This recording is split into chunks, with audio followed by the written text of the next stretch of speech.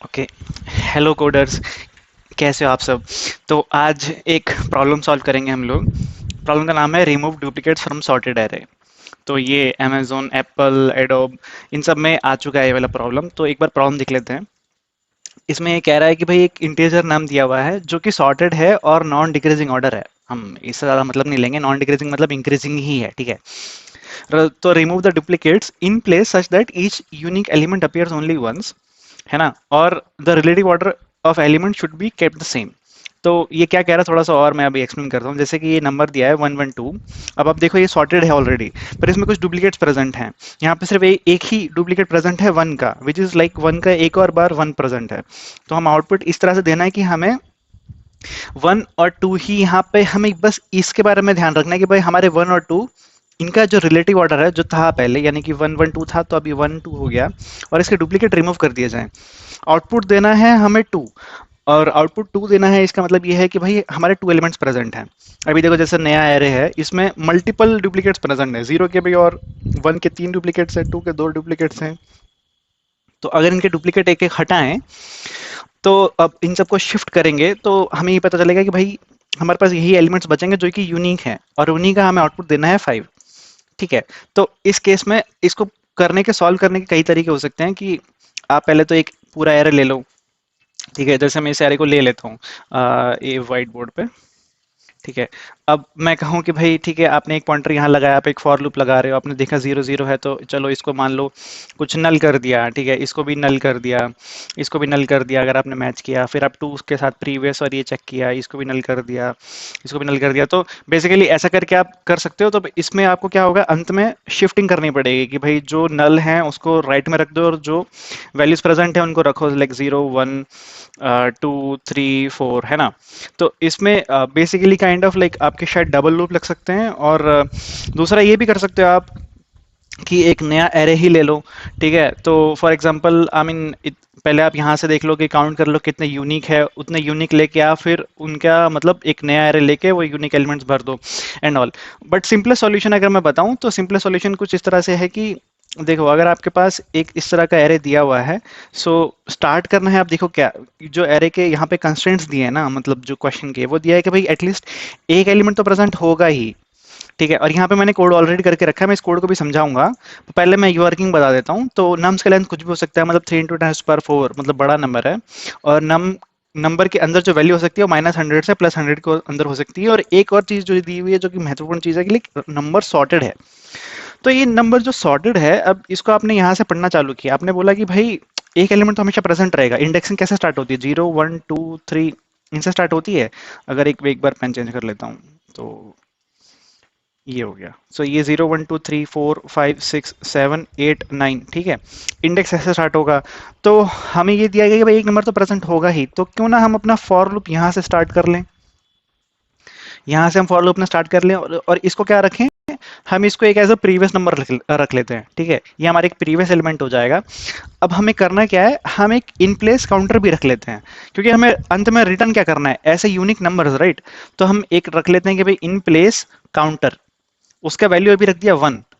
तो अभी क्या है कि एक एलिमेंट तो हमेशा निश्चित है कि वो प्रेजेंट होगा ही, वो यूनिक भी हो सकता है। ठीक है, तो उसके बाद अब क्या होगा कि ठीक है, अब क्वेश्चन का जो मैंडेट हमें कहता है कि भाई ठीक है इसके एक से ज्यादा एलिमेंट प्रेजेंट हो सकते हैं, तो अब हमें डुप्लीकेट्स रिमूव करने चाहिए। तो हमने क्या कर सकते हैं, हम ये कर सकते हैं कि यहाँ से let start our loop from here. चलो इसको आई रख लो, या इसको करंट एलिमेंट बोल लो। ठीक है, तो आपका आई हो गया वन पे, और करंट एलिमेंट हो जाएगा जीरो। तो प्रीवियस एलिमेंट रहा जीरो, करंट एलिमेंट रहा जीरो। ठीक है, तो इस केस में क्या होगा कि आपको शिफ्टिंग नहीं करनी है। बेसिकली आपको इन प्लेस काउंटर है ना, उसको भी नहीं छेड़ना है। जब आपको कुछ अनइक्वल मिलेगा तब आप करेंगे। तो फिर फॉर एग्जांपल ठीक है, आपके पास ये नंबर्स थे, प्रीवियस जीरो करंट जीरो, कोई बात नहीं। यहाँ पे कुछ भी हम नहीं करने वाले हैं, तो हम एक बढ़ा देंगे, आई को यहाँ पे ले जाएंगे। तो इस बार आई हमारा हो जाएगा टू पे। तो आई की वैल्यू हो गई टू, करंट की वैल्यू हो जाएगी वन। यहाँ पे प्रीवियस था जीरो, करंट था one, and they are not equal. Zero is not equal to one ना। तो यहाँ पे हमें कुछ करने की जरूरत है। क्या करने की जरूरत है, हमारे पास जो नंबर एरे था, इसमें हम अगर ऐसे कर सके कि number array of in place counter, in place counter लिखिए।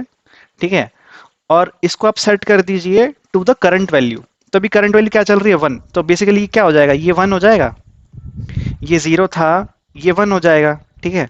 तो इसको आपने काट के 1 कर दिया। अब आपको ये भी करना होगा कि आपको प्रीवियस वैल्यू, जो आपका प्रीवियस पॉइंटर था, प्रीवियस वैल्यू थी, उसको अपडेट करना पड़ेगा, क्योंकि हमने यहाँ पे चेंज किया है, तो हम प्रीवियस वैल्यू को कर देंगे 1, ठीक है। तो इस केस में हमारा प्रीवियस वैल्यू हो गया 1, और हमारा करंट वैल्यू अभी तो आगे नेक्स्ट वाले लूप, नेक्स्ट वाली आइटरेशन में आएगा लूप की। तो यहाँ पे हमने ये सेट करना है कि like nums of in place counter is equal to your current value, current value is not equal to the previous value.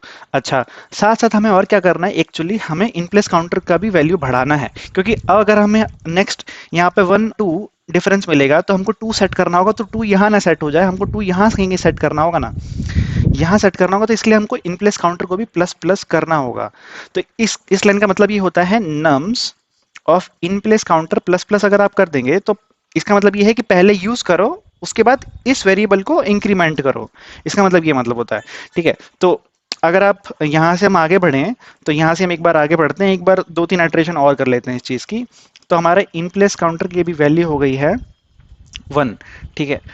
Previous हो गया है हमारा 1, और करंट वैल्यू अभी आएगी नेक्स्ट, तो करंट वैल्यू अब यहाँ पे देखा, ये भी 1 है, छोड़ दो, because previous is not equal to, हमारा जो वैलिडेशन है वो previous is not equal to current होगा, तभी हम कुछ काम करेंगे।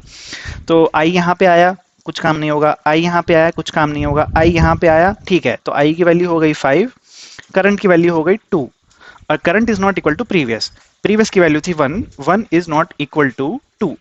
तो यहाँ पे हमको वही करना है कि nums of in place counter what ever it is, so in place counter की वैल्यू है इस बार प्लस प्लस कर दिया था ना हमने, तो 2 हो गया होगा एक्चुअली, सॉरी, सो 2 हो गया होगा। तो इन प्लेस काउंटर आ जाएगा यहाँ पे, यहाँ पॉइंट कर रहा होगा, तो हम यहाँ पे इसका वैल्यू प्लस प्लस यूज करके हम बोलेंगे कि हमको वैल्यू यहाँ पे स्टोर करना है।